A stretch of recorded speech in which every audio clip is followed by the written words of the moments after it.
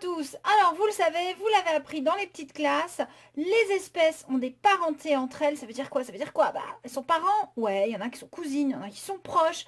Bref, on peut regrouper les espèces dans des boîtes, des clans, des classes. On fait de la classification. On va essayer de comprendre dans cette leçon comment est-ce qu'on a pu construire une classification des êtres vivants. Vous êtes prêts? C'est parti!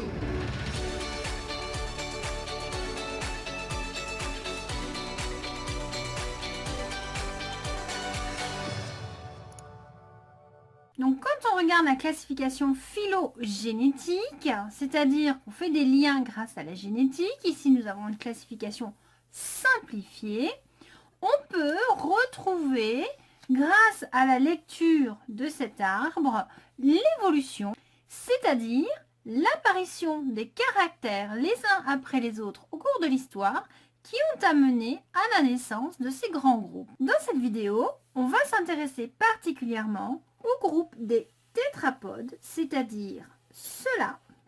Et on va essayer de comprendre pourquoi nous avons regroupé les oiseaux, les crocodiles, les chiens, les tortues, les lézards, les grenouilles dans ce groupe de tétrapodes. Si on regarde ce groupe, tétrapode, ça veut dire avoir 4 membres. On va distinguer plusieurs branches qui ont été déterminées par des caractères particuliers. Ici, nous avons un groupe d'animaux qui possèdent un gésier qui a été divisé en 2 groupes, ceux qui ont des plumes et ceux qui ont un trou triangulaire dans les os de la tempe. Nous avons le groupe de ceux qui ont des poils des mamelles, ceux qui ont une carapace dorsale ventrale, ceux qui ont une mâchoire à la ouverture et ceux qui ont 4 doigts à la main. Mais au final, tous ces animaux ont été regroupés ensemble parce qu'ils possèdent 4 membres et on va aller voir de plus près pourquoi on dit qu'ils possèdent le même membre. Alors nous avons 4 membres et nos membres sont divisés en 3 parties. Nous avons ici l'exemple du membre antérieur de l'homme. Le membre antérieur de l'homme est constitué d'une première partie, l'humérus. Alors sur la jambe, ça va être le fémur. C'est ce qu'on appelle le stylopode. Alors vous n'avez pas à le retenir, hein, mais je vous le donne comme référence. Dans la deuxième partie du membre, nous observons 2 os. Alors ici, à l'intérieur le radius et à l'extérieur le cubitus. Alors comment se souvenir de qui est qui? Cubitus, c'est coude. C'est lui qui fait le coude. Donc c'est facile.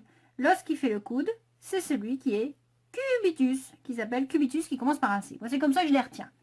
Donc ici, cette partie appelée avant-bras dans le membre antérieur correspond donc finalement à nous, notre jambe. Et donc nous avons ici le tibia et le péroné. Donc cette partie-là, que ce soit dans le membre antérieur ou dans le membre postérieur, s'appelle le zygopode. Et enfin, la dernière partie du membre qui va être constituée soit de la main, soit du pied. Et nous avons donc ici l'autopode, c'est la partie du membre qui nous permet finalement de nous déplacer. Si je prends comme référence le membre antérieur de l'homme et que je vais analyser la structure de membres antérieurs d'autres animaux qui appartiennent au groupe des tétrapodes. J'ai ici le membre antérieur de pigeon et quand je regarde sa structure, je retrouve des points communs avec mon membre à moi en tant qu'humain. Je vais avoir ici la première partie, le stylopode. Ici, j'ai mes parties constituées des 2 os, donc c'est le zygopode. Et au bout, j'ai une partie, l'autopode. Hop, ici en bleu. Je retrouve mes 3 parties organisées à peu près de la même façon. Si je vais chez la grenouille, même chose. Je retrouve ici mon autopode. Je retrouve ici mes 2 os. Alors attention, chez la grenouille, ils sont soudés. Ça permet une meilleure résistance au saut. Et nous avons ici le stylopode. Alors cette partie-là, c'est ce qu'on appelle une ceinture. Là, techniquement, c'est l'omoplate. C'est ce qui permet d'accrocher le membre. Allons maintenant chez la chauve-souris. On retrouve l'autopode, très allongé. Les doigts vont soutenir la membrane alaire pour voler. Ici, les 2 os du zygopode. Et ici, l'os du stylopode. Si je vais chez le chat, je vais retrouver encore la même chose. Mon stylopode, mes 2 os du zygopode. Et enfin, l'autopode. Toujours 3 parties. Continuons. La tortue, autopode, zygopode, stylopode. Oh bah oui, c'est pareil. On continue le lézard. Stylopode, zygopode et autopode. Encore 3 parties. Et voilà. Voilà pourquoi on nous appelle les tétrapodes. parce que nous avons 4 membres qui sont finalement organisés de la même façon chez tout le monde. D'accord? Donc, tétra pour 4, pod, membre, 4 membres. Donc, tous ces animaux appartiennent au groupe des tétrapodes parce qu'ils possèdent 4 membres et ces membres sont organisés de la même façon. On peut donc considérer que finalement, si on possède une organisation identique, on sait que les caractères d'un individu sont contrôlés par des gènes. Si nous avons donc le même ordre pour les os, c'est qu'il y a bien un gène qui contrôle la mise en place de ces os qui est commun à tout le monde. Tout le monde a des gènes de construction qui permettent d'organiser notre corps quand on est dans le ventre de notre maman ou dans l'œuf pour la grenouille par exemple. Et bien ici, si le gène code pour la même information, c'est-à-dire stylopode, zygopode, autopode, c'est que nous avons tous un gène en commun. Et ce gène, nous le possédons d'un ancêtre commun. Cet ancêtre commun devait avoir un membre, donc organisé de cette façon, avec un stylopode, un zygopode et un autopode. C'est ce qu'on appelle le membre chiridien. Donc ainsi, à partir d'un ancêtre commun, il y a eu évolution, apparition de caractères différents à l'origine de groupes différents. Alors au sein des tétrapodes, quelque chose nous interpelle. Nous avons ici les alligators, les crocodiles, qui ne sont pas rangés en même temps que les lézards et les serpents. Alors que ils ont des écailles soudées, on a tendance à les mettre ensemble. Ils se ressemblent, ils marchent de la même façon, ils ont des écailles. Pourquoi ne sont-ils pas dans le même groupe? Essayons de comprendre. Nous avons ici 2 images, celle d'un lézard et celle d'un crocodile. Ils possèdent tous les deux des membres, organisés de la même façon, avec les 3 parties. Hop, hop, hop. Ils ont des écailles soudées. Et pourtant, les scientifiques ne les mettent pas dans le même groupe. Regardons ça un peu de plus près. Voici un iguane. On distingue très bien ses écailles. Et voici les écailles du crocodile. Comme chez le lézard, elles sont soudées. Nous avons donc ici un caractère commun qui pourrait faire que nous classons ces 2 animaux dans le même groupe. Lézard et crocodile ont des écailles soudées.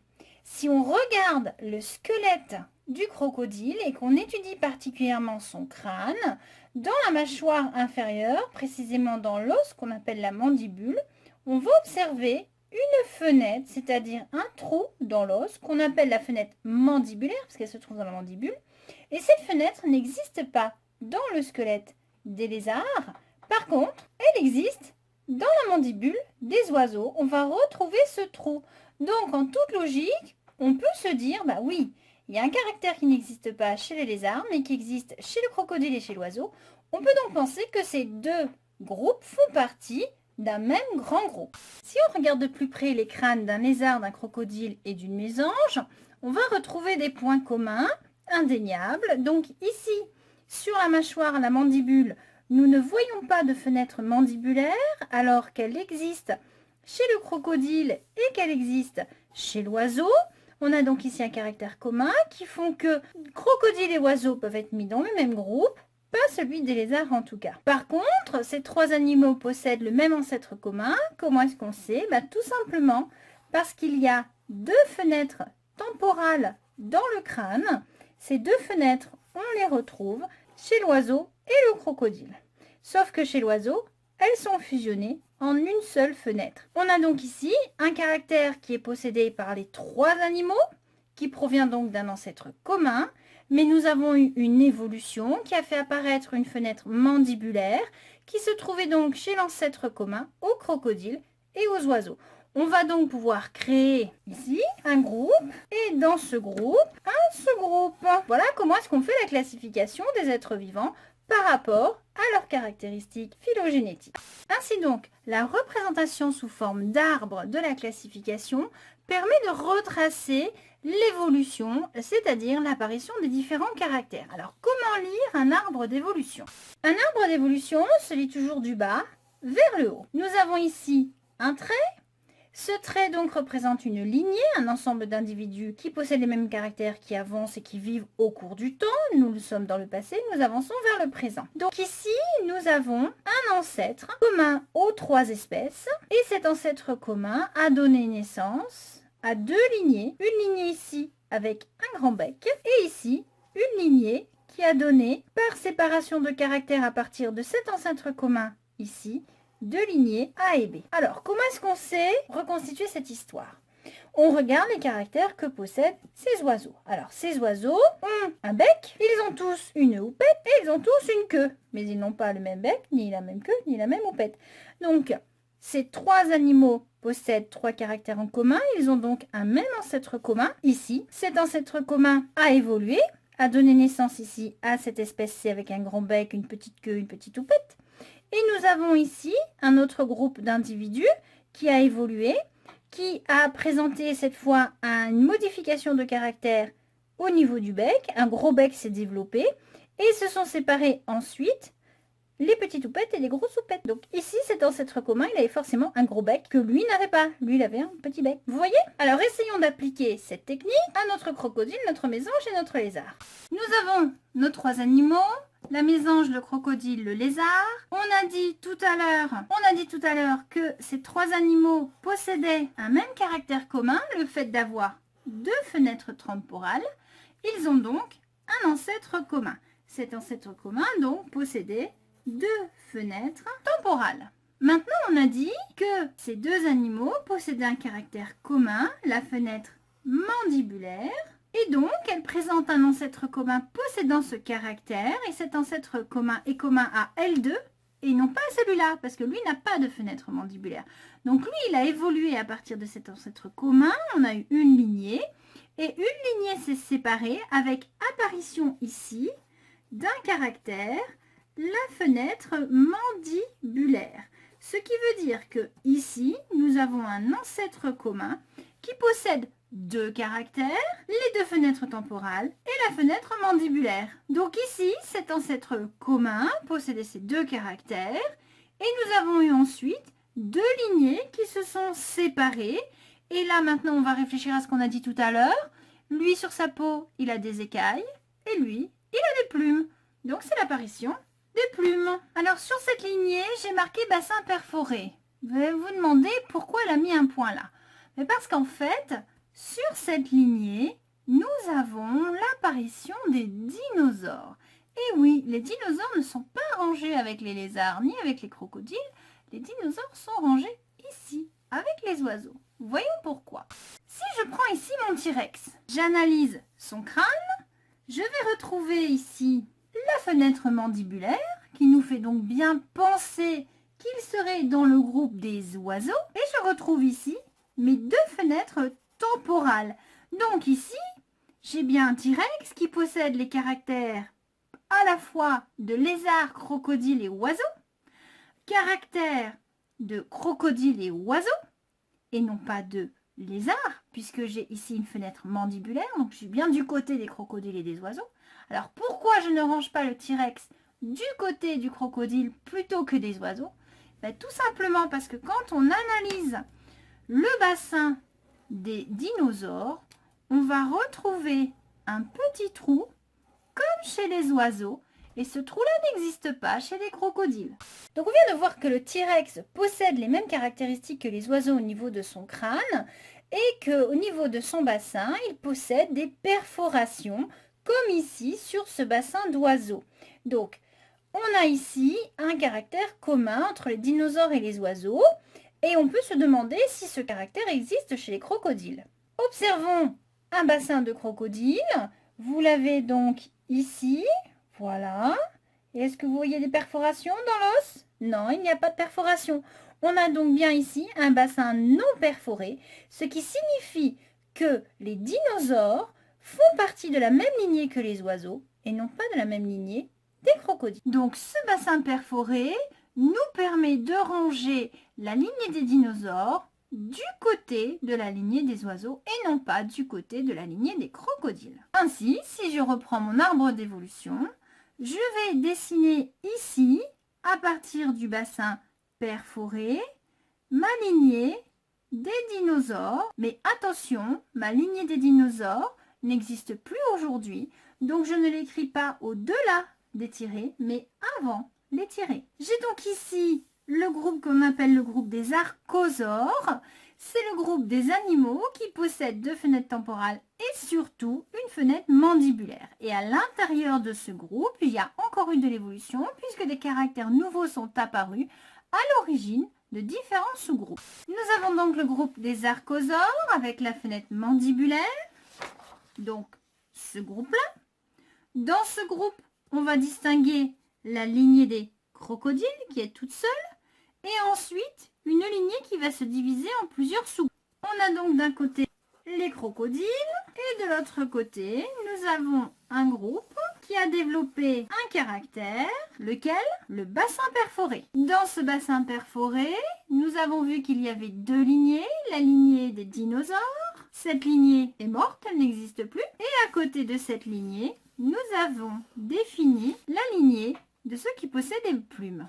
Et dans la lignée des plumes, nous avons donc les oiseaux et je mets notre mésange. Maintenant, pour ceux qui sont un peu curieux et qui lisent les revues, vous savez qu'il y a des dinosaures à plumes. Allons voir ça de plus près. Donc pour dessiner l'évolution entre les dinosaures et les poules, on étudie l'organisation du squelette, on cherche les caractères et nous avons donc une forme dite intermédiaire entre les deux groupes. C'est un animal qui possède à la fois des caractères de dinosaures et des caractères en orange d'oiseaux. On l'a vu en image, c'est l'Archéoptérix qui est apparu il y a environ 150 millions d'années. Donc cet animal possède des plumes et il possède également une fourchette comme chez les oiseaux. Donc si on dessine l'arbre d'évolution, nous avons ici la lignée des animaux qui possèdent un bassin perforé. À partir de cet ancêtre commun bassin perforé, il y a donc eu évolution. La lignée classique des dinosaures tels qu'on les connaît, dans laquelle on va mettre le T-Rex. Et nous avons apparition d'autres caractères. Donc ici, en A, l'apparition des plumes. L'ancêtre commun ici avait donc des plumes. Il a évolué, a donné naissance à une nouvelle lignée par évolution. Donc nous avons la lignée des dinosaures à plumes. Et dans la lignée qui a évolué ici, apparition d'un nouveau caractère, c'est l'apparition des ailes fonctionnelles. À partir du moment où les dinosaures à plumes ont développé des ailes, une nouvelle lignée est donc apparue. Et à ce moment-là, nous avons la lignée des oiseaux primitifs. Et au sein de cette lignée, nous avons un nouveau caractère qui est apparu. C'est la formation du bréchet qui permet donc chez les oiseaux l'insertion de muscles très puissants pour permettre le vol. Nous allons donc maintenant pouvoir compléter notre classification emboîtée, aller un peu plus loin dans cette zone-là, grâce à notre arbre d'évolution que nous venons de faire. Nous avons donc une lignée de bassins perforés. Et bien, elle est ici, la lignée des bassins perforés. À partir de cette lignée, il y a le groupe des dinosaures et une lignée qui a évolué avec l'apparition des plumes. Nous avons ici le groupe plumes, on a laissé de côté les dinosaures.